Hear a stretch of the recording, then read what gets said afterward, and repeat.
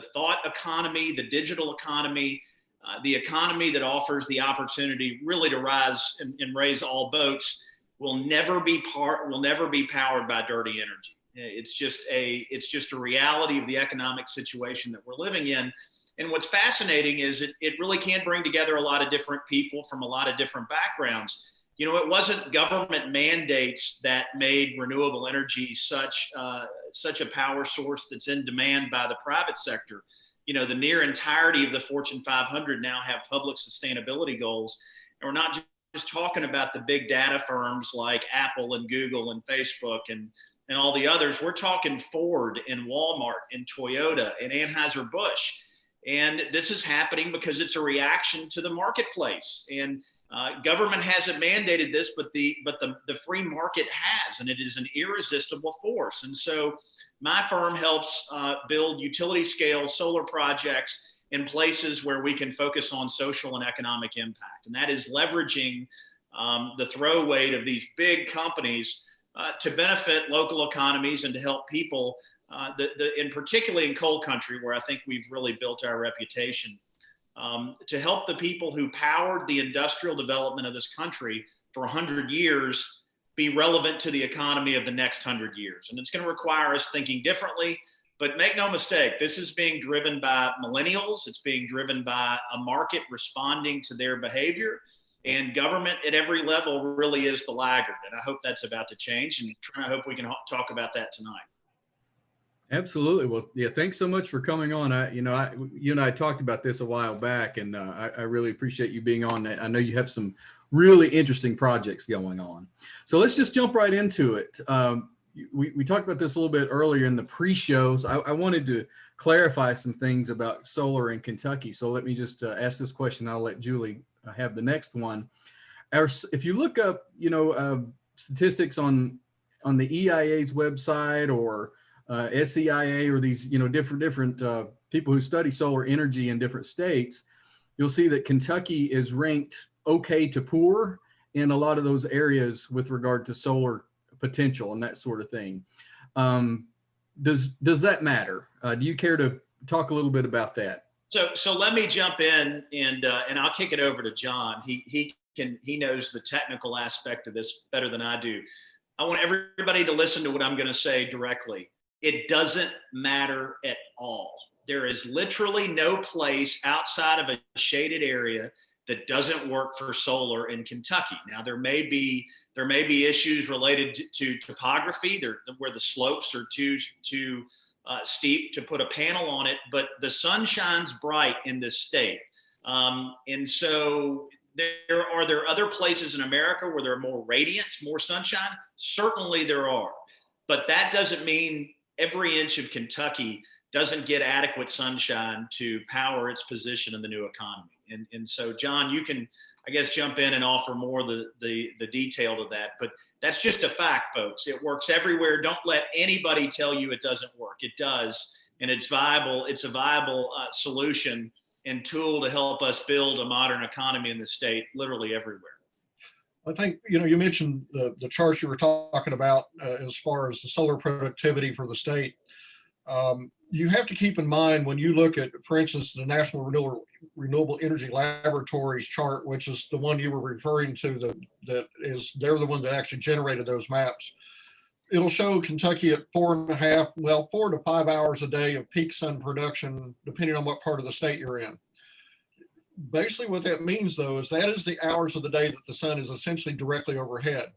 If you go to California, if you go to Arizona, New Mexico, where you expect it to be hotter, you expect to have longer days, the difference is that it's closer to the equator. So the southern exposure has a great deal to do with that. The closer to the equator, the longer your solar productivity is.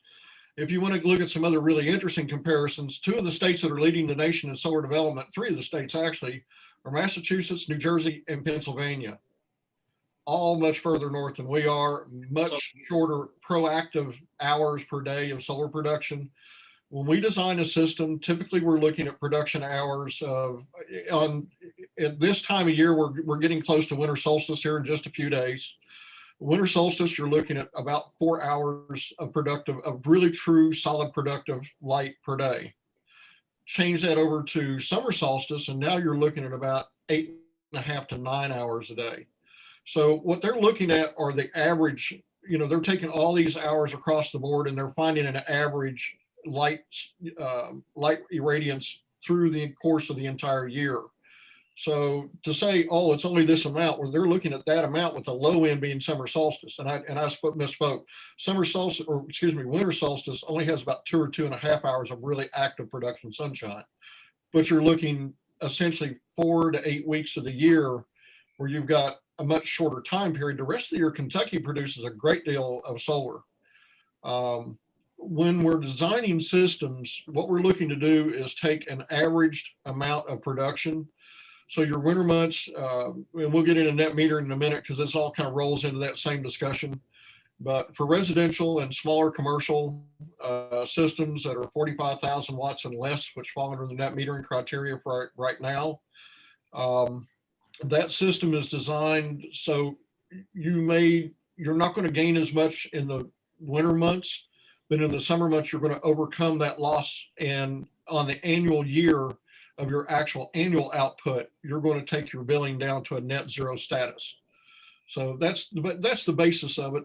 And we can get into that more, but I know Chad's got other things to say instead of Adam, so I'll jump off here. We've asked the right people to come on for this show. I can see that. So that's good.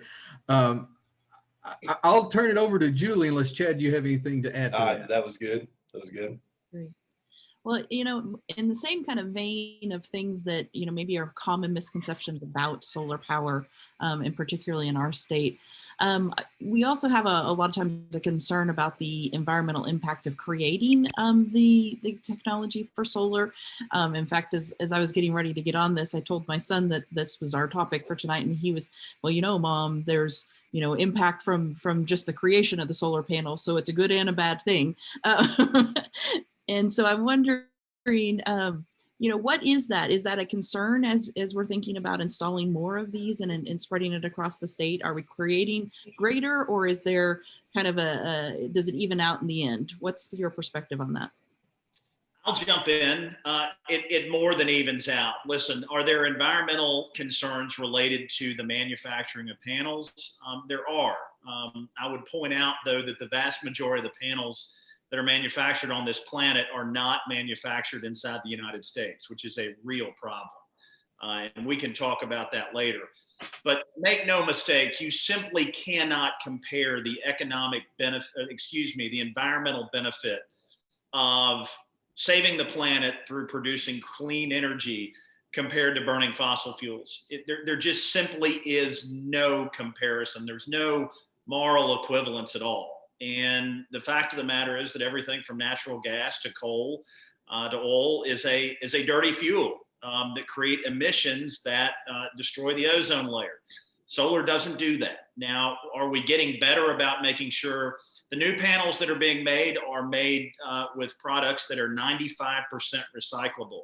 Every major solar installation that goes into place in Kentucky or elsewhere is required to post a reclamation bond, just like a coal company does, that after the site ceases to be functional, that those panels have to be recovered, harvested, taken from the site, and the site returned to its previous state. So the industry is getting better, but make no mistake, panels and the manufacturing of panels are not significant polluters and do not significantly impact the environment in a negative way. As a matter of fact, the work they do over the course of their operational life is absolutely vital to us being able to meet the climate challenge.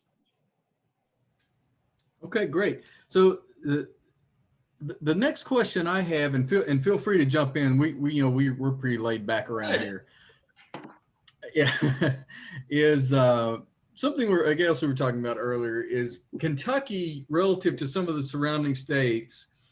We have a relatively low megawatt output as far as the number of solar facilities installed.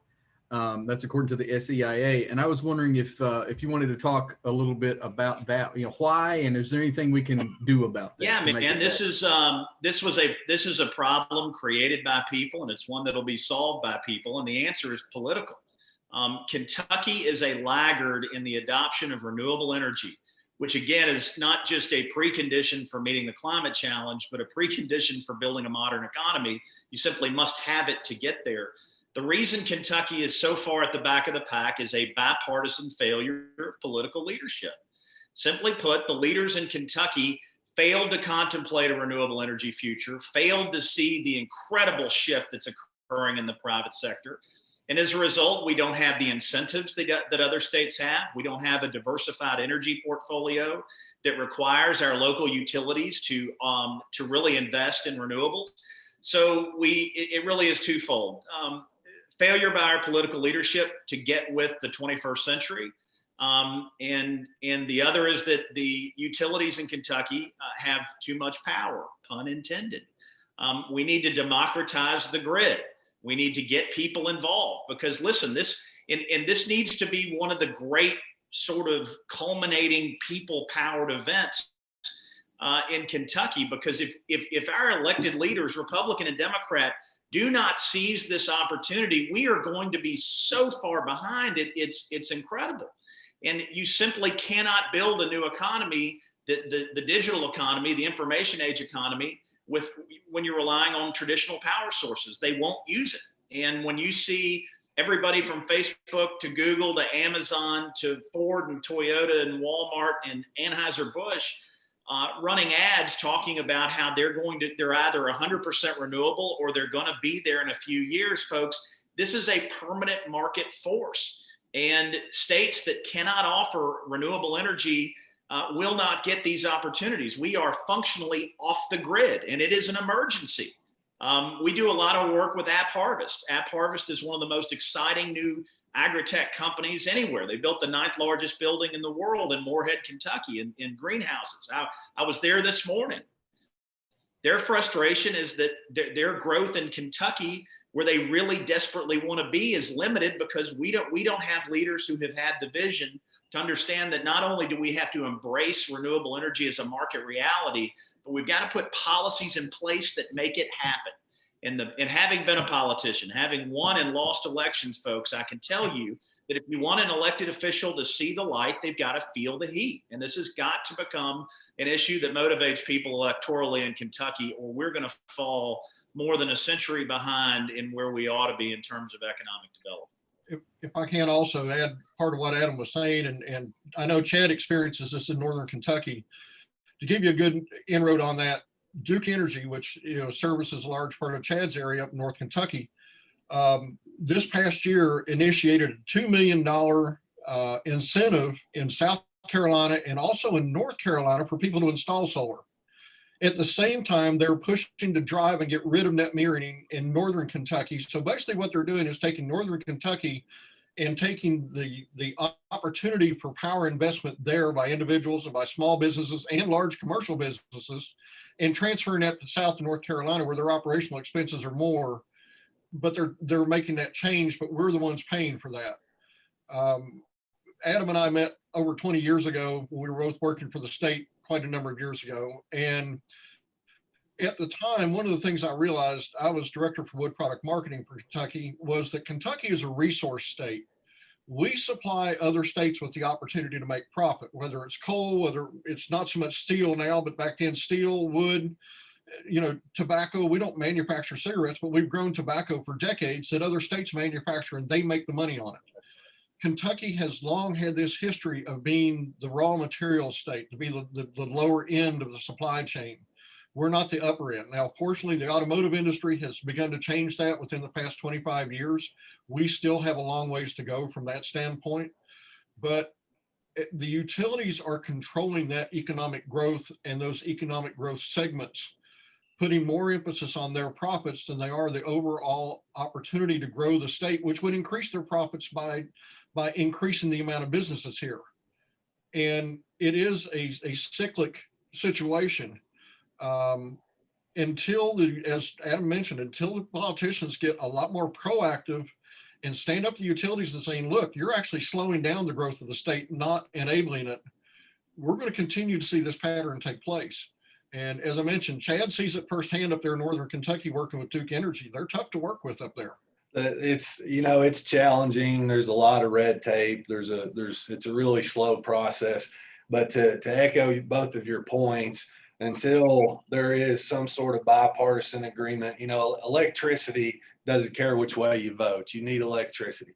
And the clean economy is the greatest wealth opportunity of this century. There's this more is going to happen in the next 10 to 20 years. It's the industrial revolution. It's the new railroad, whatever you want to call it. And if we can get in and position Kentucky as a leader on this stuff, which there's a lot of guys trying to do that, it grows the entire economy by way of you attract these corporations from San Francisco. Oracle just went to Austin, Texas. Stuff like that could exist for Kentucky in some capacity, but we have to show that we're willing to do the right thing. And renewable energy, especially in the construction phase, which you can speak to, Adam, tons of jobs. You're retraining people, they're getting a new skill set, and then after X amount of months, they can go somewhere else and work. And it's just, we've got to do it now. If it's not done in the next 3 to 5 years, you're going to be riding everybody's coattails, that sort of thing. It's got to be done right now. Now is the time. And let me give a really concrete example that, everybody who's watching, I think, can appreciate. Toyotas and Ford have gone a long way and are the primary drivers of Kentucky being the third largest automotive manufacturer in the country. That's a fact. We've got 80-some thousand people involved in automotive manufacturing and its affiliates.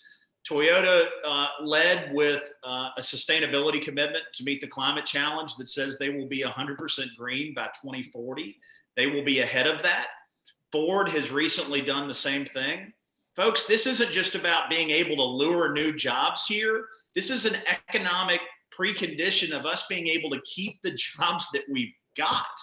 These guys aren't fooling around. And these mandates aren't coming from government. I know that a lot of people on the right who are trying to preserve the fossil fuel economy that doesn't exist anymore want people to believe that these are government mandates. Far from it. Every single one of these companies that I've just mentioned, and the vast majority of the Fortune 500 have adopted these as shareholder-driven shareholder-driven commitments. And so they're doing it because it's smart. And, I don't know if we need to get more people in government who sign the front of the paycheck rather than just the back, but we need to understand that businesses will not come here and locate if we don't have a green energy offering. And the ones we have will eventually leave because their shareholders and customers will make them. And so this isn't about good or bad. It's, it's like gravity. Gravity is neither good nor bad. It just is. And so what I would say is we either have to get with this or close up shop, because this is a choice between being relevant to a green energy, higher wage, cleaner economy, or being a cheap knockoff version of Mississippi. And the stakes are simply just that stark. That's a really interesting way to think about that, Adam. Just the scale of it, that what we're talking about. We had some people who submitted questions in advance, and I think that I'd like to pull a couple of them in and put them together. As we're thinking about, what can we as individuals do? Obviously, what I'm hearing you all say right now is, we need to be talking to our legislators. We need to be talking to our elected officials about the importance of this. And so we can move this forward, hopefully in a bipartisan way at the governmental level. But as residents, what opportunities are there for residents to bring solar in for their own homes? How does that typically work? What possibilities are there for individuals to try to move this forward in our state as well? And I'll let any of you jump in that would like to get started with it. I'm sure, John, you've got some thoughts, and Adam and Chad, I know you do. Chad, why don't you lead off on that on your end? Because I know it's a little bit different in northern Kentucky than it is down here in central and southern Kentucky. Just a little bit different environment. But go ahead, please. So I am 100% involved in commercial solar installation. What I would speak to in regards to residential, and I can send you guys a supplemental document after the fact. As far as financing a project goes, there is a vehicle out there that's only 7 years old, I believe. And there's some developers up here that, quite frankly, tout it as found money, PACE financing, property assessed clean energy financing. And what that means is anything I'm building that I do something beneficial on the energy side. If I'm building 100 apartments and I buy 100 energy efficient refrigerators, if I put in a nice fancy elevator, if I put in LED lighting, if I put in solar panels, I can finance this thing, which this gets us back to policy again. It has to be approved at a local level. It is approved in all the counties up here, but it's a county by county thing. They have to sign off on it. And it is a loan that will finance up to 30% of a project. So if you got a $10 million project, you've got $3 million to play with and do some of these energy adding projects to your real estate asset. You could do that on a residential property. I've not worked through one of those personally, but I know that you can do that. And it is tacked on to your property tax bill and financed typically over 25 to 30 years. So you just pay every year with your property taxes. And as I understand it, when you go to sell the property, it's as simple as signing one piece of paper and the benefit transfers to the new owner. It's frankly a game changer because there's no money down involved with it. So, and interest rates are typically what I have seen, and this is commercial property, but retrofitting, you're looking at 5.5%, and on new construction, you're looking at 6.5%. So it's cheaper than mezz finance. And then when you couple that with, you really don't have to put any money down to do it. It's a game changer, especially at the residential level. If you're doing a 5 or 10 kilowatt system that might cost, and John, you correct me if I'm wrong, might cost $30,000, something like that. If you can pay that over 25 to 30 years, that's a real benefit, and it really makes it accessible to the general public. Where would someone find the information out to see if it's something that's available in their county? You can get on the PACE. You can just literally Google PACE financing in Kentucky, and there's several resources on the website there. And I'll follow up with you guys and share a document, just a one pager with you for anybody that might want it after the call tonight.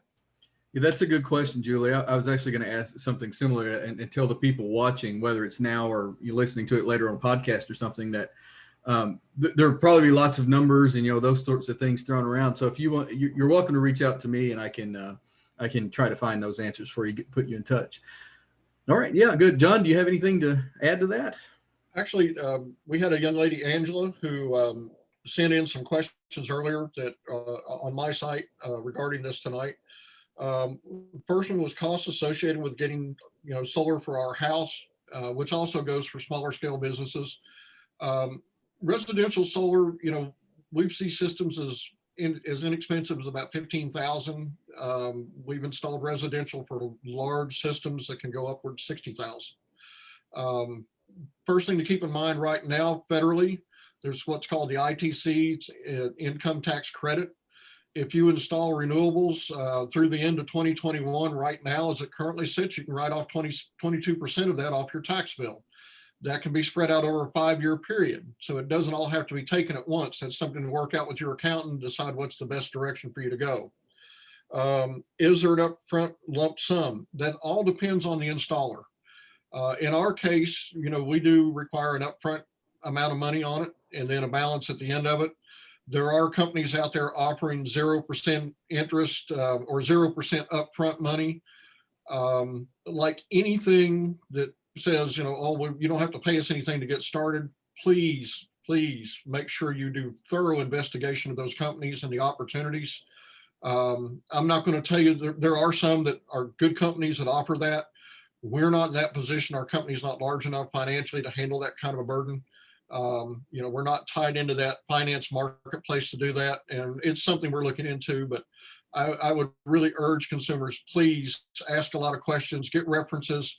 And for that matter, even with just an installer, based here in Kentucky, ask for the references, ask for their experience, get customer references, because like any industry, we have some bad actors also out there.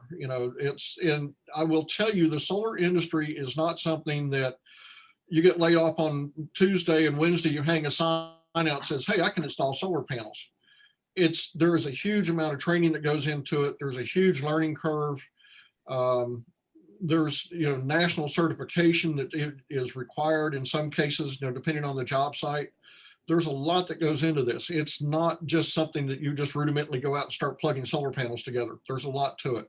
And it can be not only dangerous, but it can quite literally be deadly if it's handled incorrectly. You're working with live current when you're installing solar panels. So there is, things that you have to pay attention to. Can we sell our electricity back to the grid? For residential and commercial in the state of Kentucky at this time, no, you cannot. Under the current laws, you get what's called a net metering agreement. So any power that you generate that goes back to the grid, you get credited for, but you don't get a physical check. Now, with that being said, in 2018, the legislature passed a bill that does allow for utilities to begin paying customers for that. I don't really view that as a good thing. I think the credit is better. The reason I don't is you run a risk of, depending on the tax codes in the area you're in, you potentially could be taxed both by the IRS and by the state government for any capital gains that you get in receiving a check from the power company. You are in essence becoming a power generating source that is selling power to the grid. So that is a consideration. Whether that will happen or not, I can't tell you that. And I'll get back to net metering in just a few moments. Cost of installation, the first thing I will tell you, square footage doesn't matter one iota. I've seen 1,000 square foot homes that have $600 a month electric bills. I've seen 4,500 square foot homes that have $150 a month electric bill. It all depends on the amount of power you use is the amount of solar you need to cover your costs.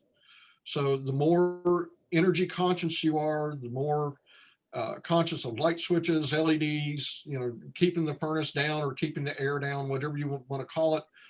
That is a key ingredient to your power bill. What you're looking to do is offset the cost of your power. As I said, right now, you can't overgenerate and sell power back to the grid. Overgeneration in a net metering status, you wind up giving power away to the grid. You're not going to get compensated for it in the long run, though. So that's why it's important, whether it's working with me, working with somebody else that's a professional, understanding how the payoffs and the paybacks work and how to balance your system accordingly to your usage. That's really important from that standpoint. Who owns the panels? In the state of Kentucky currently, for residential and small scale commercial, it is not legal to lease the panels from a third party. Which is absolutely insane. I agree. I don't want to be too blunt. That's absolutely insane. But it's the law, and it's an example of something we've got to change. Yeah. Why is that? Well, go ahead, John. Well, currently in the state of Kentucky, we have a law that was originally written in the early 60s. That's, Adam, help me out here if I get this incorrect in the name of it, but it's basically well, I don't recall the name right this moment, but anyhow, what it does, it guarantees a territorial monopoly for each of the utilities. When the state started pushing to have KU split up what was Ma Bell of the electric company back in the 60s, a lot of the RECCs came online. There was a lot of sniping going on. So if I had a manufacturing plant on the right side of the street that had a huge electric demand, and I'm coming in to start supplying power in an RECC, and I say, hey, I can give you a better rate than KU does if you'll come across the street and join my company. Well, it got to be a little, tit for tat kind of thing for a period of time. So this law was put in place that guarantees any utility a guaranteed monopoly for the area they cover. Now, there's a lot of provisos in there. There are some cities that have their own home rule utilities. Berea, just as a quick example. Nicholasville, for another one real quick, their local downtown is on a home rule utility. You get into a lot of complexities at that point. But the bottom line is it, as a third party, if I or Adam or Chad started installing solar systems and leasing those to those customers, I, in essence, become a utility. So under that guidance that says I can't be a competing utility on your territory, I can't lease panels. So let me I really just want to put a fine point on this. What John just laid out is absolutely the truth. And what it means is our government is using a regulatory approach for a 21st century economy based on one that was written before everybody on this call was born. It doesn't make any sense. And it is, on that one. well, John, you might have form, but you were in short pants, brother. Yeah. But this is just insane, folks. I mean, think about how much more complicated the world is and how different our economy is today from what it was 10 years ago, 20 years ago. We're literally using a regulatory framework invented in the 60s. And that's nuts. And we're paying the price for it. We are not on the grid for new energy, new economy, economic development, folks. We're not even in the conversation. And, one of my frustrations is somebody who's been involved in politics for a long time, is that in Kentucky, we're fighting over, right to work and tax code and our approach to labor management relations. None of this is relevant to the new economy. They want to know that the people you're churning out of your schools are bright enough to help run these companies. They want to know that you've got a healthcare system that is strong enough to make sure people are healthy, that you've got a quality of life where people want to live, and that you're burning clean energy. That's what they want to know. That is, in 3 or 4 points, what the preconditions for modern economic development, and Kentucky is struggling on every single one. Well, that's really interesting and good to know. Yeah. For the next question, go ahead. 1 second. I got 2 more real quick ones here. I'm just answering Angela's line of questions. Okay, go ahead. Cost of insurance and repair on panels. Most solar panels, the active warranty on those are 25 years. There are some legislators in Frankfurt who have made comments that are publicly recorded saying, oh, they're only good for 3 or 4 years or 5 years and 10 years. The active warranty for production is 25 years. Life expectancy here in Kentucky is 30 to 35 years plus. Now, if the panels we're putting on our utility scale projects are insured to produce power for 35 years. There you go. These are not short-term investments. No. I can tell you there are some solar panels in Southern Kentucky that were installed in the early 60s. A few years ago, and some guys went in and took those panels off, cleaned them thoroughly, changed the wiring on the back, and put them back in service. And once the wiring was changed, they were operating within less than 5% of what the original wattage for the panel was.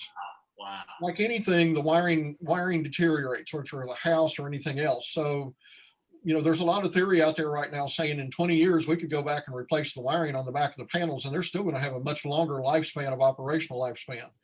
The other thing is the insurance cost on panels all depends on the circumstance in your insurance company. Some of my customers take out a rider if it's actually placed on their house. Some of them on farm, the farm owner's insurance, will cover that as part of the farm buildings. They look at it as a separate structure. I will tell you, there are a couple of counties here in the state that have recently adopted permitting requirements for building permits and for some other similar things that's brand new. This has just come on in the past year to year and a half at the outside. There's only 2 of them that I'm aware of at this point that require that. But, those are things that need to be considered. Again, you need to look at that. The last one, government rebates and tax credits. Right now, as I mentioned earlier, the ITC is at 22%. It was at 30%. Given our questionable political status moving forward, and I'll leave it at that, I'm not going to get into a political discussion, but assuming that the current leader in the polls continues on, and the fact that he has already brought on an energy secretary, or he's nominated one already, he's already created a climate control secretary position, the first ever in the history of the United States. We are probably going to be looking at some more incentives moving forward of some type, whether it's income tax, whether it's some other program. I fully expect to see municipalities have opportunities that they haven't had before. I know that's going to be a driving factor moving forward. Also, if you are a rural business or a farm business, and it does have to be an LLC business or other incorporated business, there's what's called the REAP program, which is through the USDA. That will pay 25% of the total cost of the installation of your system. Now, the USDA likes their paperwork by the pound. We use a professional grant writer, and he's exceptionally good at it. But long story short, That can cover the system. If you take the 22%, you're now at 47% of your system covered in cost, either through grant or incentives. Now, you still have to pay the money up front, don't get me wrong, but the opportunity for a rebate and refund is there. As Chad and Adam were talking about earlier with the iPad and PACE programs, that it goes even further yet. So there's tremendous opportunity already out here in the marketplace right now. Also, Mountain Association out of Berea, we do a lot of work in Southeast Kentucky. MA has come out with a 20-year 4% fixed interest loan for nonprofits, for school systems, for businesses. It does not cover residential, but it will cover all the other, for churches. That's a tremendous interest rate locked in at 20%. And they're doing tremendous things down there. The other side of the scenario right now is we are looking at the PSC is meeting on net metering as we're right now today. The final arguments are to be turned in by the end of this week. They will then go into private discussion next week, and sometime between now and the end of the year, or the very first week of January, they're supposed to come out with a ruling on net metering for Kentucky Power, which serves Southeast Kentucky, basically from the Lewis County. I believe Lewis County is as far north as they run, and that's all the way down to Pike County and on out to around Whitley County in that area. So it's a big chunk of territory. To give you an idea how potentially detrimental this can be, right now the current net metering rate is 1-to-1 ratio. They have requested to take and we'll just use a round number of 10 cents. It's actually more than that in Southeast Kentucky right now. It's actually closer to 12 or 13 cents per kilowatt hour is what you get credited. They're looking to take that to 3.5 cents. So, they're basically going to gut the net metering program outright. There are a number of other changes they're requesting. All of the utilities in the state of Kentucky are in the process of filing rate cases. LG and KU just filed theirs the week after Thanksgiving. I'm not sure if East Kentucky Power, which is the power provider for 16 of the RECCs here in the state, we've got Big Rivers Power out in West Kentucky. Something that I didn't mention earlier, I'm actually vice president for the Kentucky Solar Industries Association. So I work in Frankfort every winter, meeting with the legislators, trying to help the industry as much as we can, but more importantly, help the consumers. To give you an idea how dire this is in Southeast Kentucky, they now have the highest energy rates in the state of Kentucky. They've had a 40% increase over the past 6 years. East Kentucky Power has asked for an additional 25%. Let that soak in for a minute, because that's over the next 2 years. So you're looking at a severely economic depressed area. You're looking at energy rates that could raise as much as 60 to 70% over a 7-year period from where it has been. Their demand rates have increased. They're cutting the knees out from underneath the net metering program. So those businesses or individuals who can afford to install solar are getting that cut out from underneath of them. This is an industry, this is a social issue. Adam and I have had this conversation on several occasions. We're potentially looking at a lot of small businesses in Southeast Kentucky that will fail, not because they don't have business, but because they can't afford their electric bills and continue to operate. We're already seeing churches in Southeast Kentucky and other nonprofits that are joining resources. They're closing their churches for the winter months, and 2 or 3 churches are meeting in one church.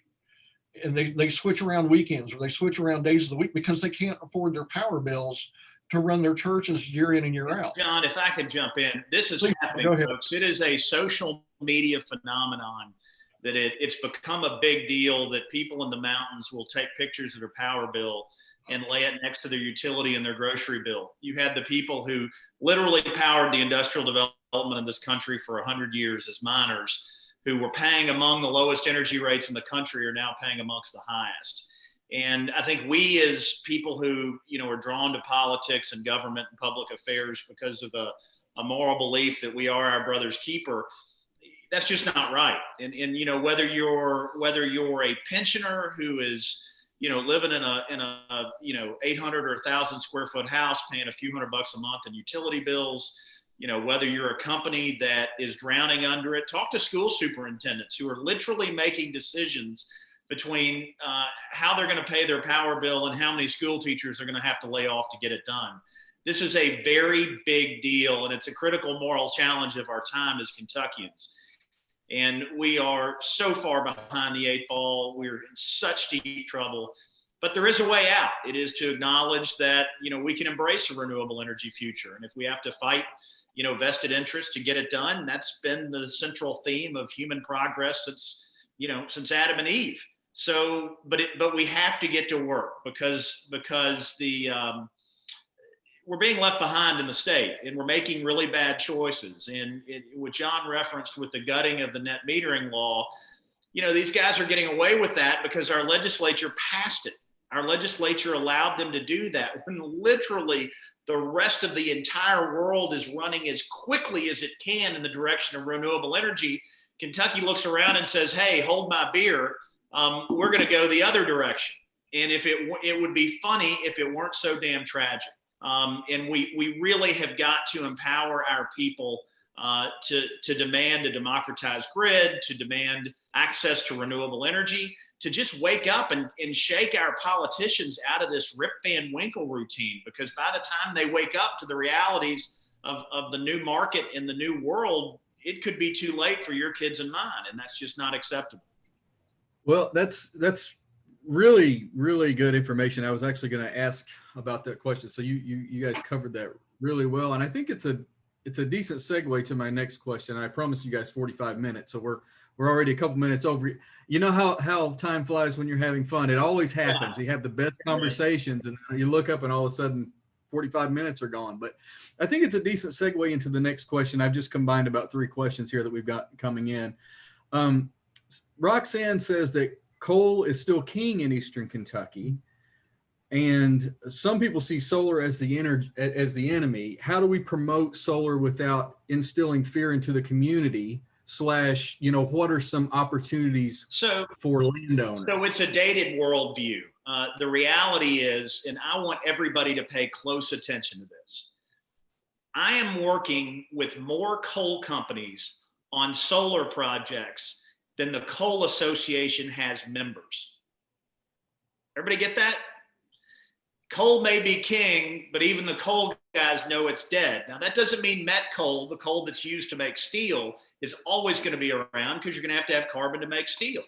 But the fact of the matter is the game has shifted. I'm working with the largest coal companies in utility and the largest coal companies in Appalachia to do utility scale renewable energy projects, because what we offer is the opportunity to monetize a stranded asset.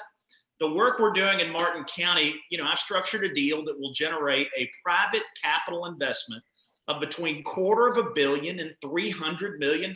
We moved a $300 million industrial revenue bond in Martin County. Keep in mind, folks, this is the heart of coal country. It is literally where Lyndon Johnson announced the war on poverty. And we're going to do a solar project there that will put to work, particularly in the construction phase, at least 300 locals, with a preference given to out of work miners at a rate of $30 an hour. These are great jobs, but the notion that, and this is what's so tragic to me, it just kills me. I'm a member of a family that grew tobacco in Kentucky for more than a century. And our political leaders saw that it was going away. And you had people like Mitch McConnell and Wendell Ford work together in a bipartisan fashion. You had governors like Paul Patton in Kentucky and Jim Hunt in North Carolina, who all got together, negotiated a master settlement agreement with the tobacco companies, and we literally helped our tobacco farmers transition away from that industry. And now today, gate farm receipts are dramatically higher than they were during the tobacco economy. Farmers are dramatically better off than when we were growing tobacco. But what did we do for our miners? We offered 2 decades of rhetoric, and we didn't prepare our people for a market shift. And now you see the poorest counties in America are in either in Appalachia or the Mississippi Delta, and the economy has completely disappeared. And the biggest insult that you can pay to the people who powered the industrial development of this country for 100 years is to lie to them and say it's coming back. It is not coming back. And so the compliment we can pay to them is pave a way for them to be relevant to the opportunities of a new economy. Folks, this isn't controversial anymore.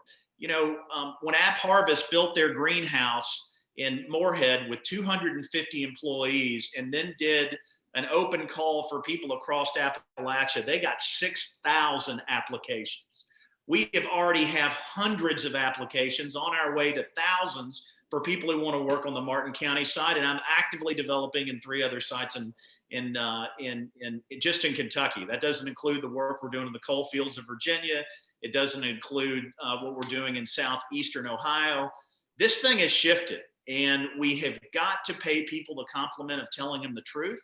And we've truly betrayed them. Our political system has let these folks down by telling them that there was hope when there wasn't. The fact of the matter is more coal-fired plants closed under 4 years of Donald Trump than 8 years of Barack Obama. And that happened because the marketplace has shifted. And if you want to be mad, if the coal economy has disappeared, be mad at Wall Street. Be mad at this enormous generation of Gen X kids or millennials, who are the largest generation in American history, who are now driving the market as consumers, who just simply will not buy a product, from cars to candy, that isn't responsibly and sustainably produced. It's just the reality of where we are. So you can lie to people and make them feel good for a moment, or you can look them in the eye and tell them the truth and say, we have a plan to build this going forward. What we're doing in Martin County has been described as the most iconic renewable energy project in the country. Follow this, folks, over the next few years. We're going to make big news, but we will bring global attention to Appalachia as a workforce that can benefit from the emerging economy rather than be a victim of it. If I can throw one other thing out real quick too, the other side of the coal discussion on the power plant side, it isn't, a lot of people say, well, the EPA is shutting it all down. It's not necessarily the case. I'm not going to say there aren't expenses. There are. But Sure. More importantly, the operational expense of running a coal-fired plant, strictly from a business standpoint, we're not talking any environmental issues whatsoever here. Just the expense of operating a coal-fired plant is considerably higher than running one with a natural gas base. You've got to stockpile coal. You have, heavy equipment that's got to be operated on, conveyor systems. There's, enormous expenditures in the operational expense of running that plant. The individual utilities are starting to step back and say, we can convert to natural gas, even if we don't look at the environmental permitting. We can convert to a combination of natural gas and renewables, and that is what is happening. LGE published an article 3 or 4 years ago in the Courier Journal that by 2030 or 2035, in that time period, they will no longer have any coal operation plants at all. They will be doing 100% renewables and gas powered. That's a fact. That's their words. That's not me as somebody in the solar industry making that comment. KU is right behind them. They're doing the same thing. The E.W. Brown plant here just up the road from me here in Danville, Kentucky, over on Lake Harrington, is a hydro plant. It has solar, also is a coal-fired plant. They have shut down 2 of their coal furnaces at this point, or in the process of it, out of the 3 they had. So those markets are changing. The other thing operationally, again, it's an expensive process to take coal and operate. It's just strictly on a business standpoint. I've heard legislators literally plead with the power companies, well, isn't there any way you can keep these coal-fired plants open? It doesn't pay them to keep them open from the operational standpoint and from the stockholder standpoint of being responsible fiscally to earn an income for those companies that are income generating companies. From the standpoint of a company like East Kentucky Power, which subjugates the power for the 16 RECCs that are part of their cooperative membership, they have a responsibility to the co-op members, people who are on those power systems, to provide power at the cheapest possible cost. Even East Kentucky Power has invested in a very large solar array out there. They've got an 8.5, 9 megawatt array. Now, given the size of what Adam's talking about, or some other systems that are being proposed here in Kentucky, what's up in Chad's area up in northern Kentucky, it's a small system. But the point being is the industry is shifting. And over the next 10 years, between 2020 and 2030, the commercial industrial movement is heading that direction. The coal industry and the legislators who work in that area are going to have to grasp that reality. They should have been doing this 20 years ago, and they were told this 20 years ago. I grew up in Ashland. Steel was king. Coke was king. We made Coke for making steel there, and both of those manufacturing plants, which employed thousands of people, are gone. Those jobs no longer exist, and they're not going to exist. And So I would just like to step in and really quickly say to that point, where does the American ingenuity step up and just where does the guy come along, and why aren't we manufacturing solar panels in Kentucky and in Eastern Kentucky? Yep. The guys that used to dig coal and their grandfathers that dug coal, solar panels are the new block of coal. It's just what they are. So put the pride back in Eastern Kentucky. Let's build it here. Anything built in Kentucky is better and it's best, and everything has shifted. To John's point, one of the largest industrial developers REITs in the world is Prologis. We do some work for them. They have their own entire division. Every building that they build, they try to cover it with solar panels. And that also attracts, to Adam's point, it attracts the talent and the tenants. And guess what? If you're a real estate developer, you can charge more rent for a nicer building. It just floors me how far behind we are on all this stuff. And I know everyone on this call feels the same way, but it's just a couple of little things. And Adam, why does it take, if you're doing a development and you want to get in the PJM market, why does that take 18 to 24 months? Why can't that process be streamlined? Absolutely. Folks, I again structured a deal that will bring $250 to $300 million in capital investment to one of the poorest counties in Kentucky, with very little help other than moral support from our state government, and not really a dime of public money in it. And doing this and making this kind of this kind of private investment in spite of government, not because of it, it just shows you how powerful and permanent this market shift is, folks. And really the decision point here is, are we going to be relevant to the 21st century, or are we going to be dinosaurs? And you wouldn't want a doctor to sugarcoat stuff for you. You want people to give it to you straight. We are in serious trouble in Kentucky. No, both parties are to blame. The political leaders we have elected on both sides are to blame. This is a failure of imagination. And what I love about what Chad said is, it is easily solvable with American and Kentucky ingenuity. We can do it. The future can be bright. We just got to choose to be relevant to the future. Well, this has been a very edifying call. We definitely chose the right people on this subject. I feel I'll have to go back and listen to it again to make sure I caught everything. I apologize that we went over a little bit, but if we could maybe just do a quick lightning round, a 5-second answer for these remaining 4 or 5 questions here. Just boom, boom, boom. We'll knock them out. Janie says, I can't get solar on my house due to shade. Are there any other options for me investing in solar? Absolutely. Check out Arcadia Power. Arcadia.com is the largest virtual digital utility. It was founded by a guy named Kieran Batraju, who, how's this for irony of all ironies, grew up in Pikeville, Kentucky. And what you do is you subscribe to them. They pay the power bill. You'll pay a slight premium. They invest that premium in community-based solar and wind projects, and literally provide for you a dashboard so you can offset your personal carbon footprint. It's the coolest thing in the world. Check out Arcadia.com. Yeah, that's very cool. You told me about that. I looked him up. Martina Jackson, our friend, you guys probably know her.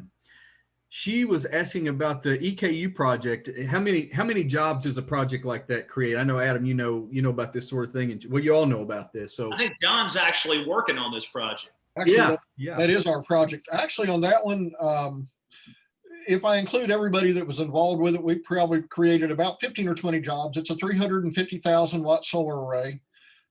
Besides my people, we brought in a couple of extra temps to work with us that we hire on occasion. The excavation company was there. There's 2 other electrical contractors doing work on that job besides us. So there's a fair number of people involved in that project. In the grand scheme of things, 350,000 watts is a large system, but it's, you look at some of the projects Chad's involved with or Adam's involved with, it's a drop in the bucket. We're looking at a 6 megawatt project potentially to work on this coming year. That's going to be coming out that we're aware of. Taking into account that our 350,000 watt system is 18 of those systems of one 6 megawatt system. If that gives you an idea, the scope of what you're dealing with. So, that marketplace is there. It's growing. We expect to see it to continue to grow. And corporately, that's where we're looking to move our company more into that area. It's not that we're getting rid of residential. We just know there's greater opportunities out there in front of us. But anyhow, I'll shut up because you got more questions. And if they want to find out more, they're welcome to contact me directly on our website at wildernesstracesolar.com. Be happy to discuss the details of the project with them. That's a really unique project all the way around from the very get-go. Okay, great. Well, and I'll say this too, as I mentioned earlier, if anybody out there listening now or later wants any more information, you're welcome to contact me and I can put you in touch or try to help you out as well. Julie, do you have any last questions or comments or anything before we wrap up for tonight? I just say thank you all so much for joining us. I have been interested in solar for a long time, but I feel like I learned a ton tonight and a lot of things I want to keep researching and learning about. My biggest takeaway, I think, though, is really the importance of us being involved in the political process and understanding the impact that that's having on our whole state. And, I think all three of you at different times said, this is a social thing. It's not just business, which is also important, but it's also a social justice issue and an equity issue. And I think that we need to keep that in mind as well and really pay attention to it. So thank you all for bringing that to the forefront. Absolutely, Julie. And since you mentioned that, I'm going to throw one other thing in here that just came in. Tammy asked, are there any currently elected officials, I guess in our legislature, who really understand this and might have a chance of leading the way on it? I don't know if anybody wants to tackle that or not. Just kind of quickly. I would say yes. We do have a few, and I will preface that by saying a few, and on both sides of the aisle. Not just in the House, not just in the on the Democrat side, which people normally think about, but we do have some Republican legislators who have been very proactive with solar. And I will tell you, factually, they have taken some heat from the leadership over it. They are very heavily tied to the utility companies and to the utility political funding, for lack of a nicer way to put that. But we have actually a couple in East Kentucky that their counties are really pushing. The Whitesburg area, I've got 5, we'll have 7 installations down there by mid-year this coming year. And those are all commercial. Those are either commercial or nonprofits. We've done a lot. We've actually trained a company down there to work on installing solar, so my guys don't have to travel down there all the time. We're working with them to provide them the resources they need to, get the equipment and things required. We help them with the design of the systems, and then they're actually beginning to do the actual installation work. Most of those guys are displaced coal miners. So it is, and that was a very active direction on my part. I'm from Northeast Kentucky, not Southeast, but I still see the same thing going on up there that's going in Southeast Kentucky. We're still in the same boat. And I have a very, the owner of our company tells me at times I'm a little too altruistic. That's okay. I have no problem with that. We have a need, and there is opportunities to meet that need and create jobs and create opportunities. I'll close off my end real quick by saying the employees of Southeast Kentucky built the automotive industry because all the jobs that were not available back in the 50s and 60s, they went north to Ohio and Indiana and Michigan and got jobs at the big 3. And you talk to anybody in Southeast Kentucky, they'll tell you, oh yeah, he worked for Ford, or he worked for Chevy, or he worked for Dodge. That's a fact. That happened. Our workers in Kentucky are some of the best trainable and trained in the United States. You take a coal miner that's working with, megawatts worth of power for the electrical usage, that's working with high-end equipment, that's working with very specialized safety requirements, that, those guys are well-trained employees. They know how to do their job and they do it exceedingly well. We took their jobs away. The mines are closing, but that doesn't mean their skill sets are not usable and are not available. We need to open those doors for them to apply their skill sets. And companies from outside of Kentucky are beginning to realize that. South Central Kentucky, you look at the areas down around Tompkinsville and that area, they're struggling. There are numerous counties around the state that are struggling. but the employment base, the skill sets are there. You just have to transfer them into a different area. And, you know, the solar industry has an opportunity to do a great deal of that. More importantly, we have the opportunity to partner with other industries that can do that and help everybody out in the long run. Absolutely. So, Well, Trent, Absolutely. Well, thank you all very much for being here. You guys have been really, really great on talking about solar. I'm from Southeastern Kentucky too, and or you said Northeast Kentucky, but I'm from Southeastern Kentucky, and there's certainly quite a few areas there that need jobs. So thank you, Adam. Thank you, Chad. Thank you, John. And of course, Julie for being my co-host. Sorry, we went over a little bit, but it's great seeing you guys. It's been an edifying experience. So thank you very much. So for our next show, we're going to meet next week. We're going to be doing something a little bit different. We're going to be meeting at the same time and same place. We're going to have a show of local musicians. We're going to have Todd Melton. Actually, Todd moved away, but he's still a Kentuckian. We're going to have Travis Napier from Nine Neck of the Woods and Kelly Caldwell. So it's going to be a fun show.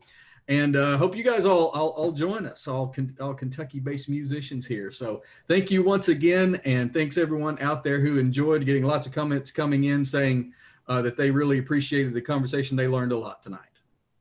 Thanks for having us. y'all take care. Have a happy holiday. Yep. All right. Bye-bye. Thank you. Bye.